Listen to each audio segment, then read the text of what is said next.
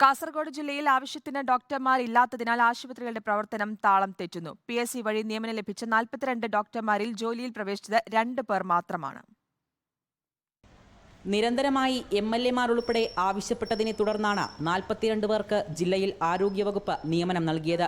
ജോലിയിൽ പ്രവേശിച്ച 2 പേർക്ക് പുറമെ PG കോഴ്സിന് പഠിക്കുന്ന 10 പേർ കൂടി എത്തിയിരുന്നു. എന്നാൽ പ്രവേശനം നേടി അന്നുതന്നെ ഇവർ അവധിയിൽ പ്രവേശിച്ചു.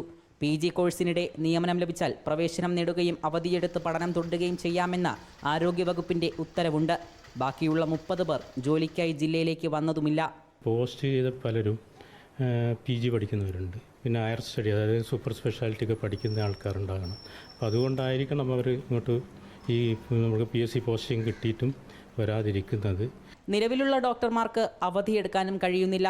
കാഞ്ഞങ്ങാട് ജില്ലാ ആശുപത്രിയിലും കാസർഗോഡ് ജനറൽ ആശുപത്രിയിലും വിവിധ താലൂക്ക് ആശുപത്രികളിലും ഉൾപ്പെടെ 45 അസിസ്റ്റന്റ് സർജന്മാരുടെയും 20 സ്പെഷ്യലിസ്റ്റ് ഡോക്ടർമാരുടെയും ഒഴിവുണ്ട്.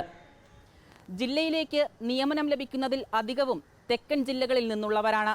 പല കാരണങ്ങൾ കൊണ്ടുതന്നെ അവർ ഈ ജില്ലയിൽ ജോലി ചെയ്യുവാൻ താൽപ്പര്യപ്പെടുന്നില്ല. അതാണ് മറ്റൊരു പ്രതിസന്ധിയായി തുടരുന്നത്. Reporter Arjun Hema, in reporter, Kasaragod.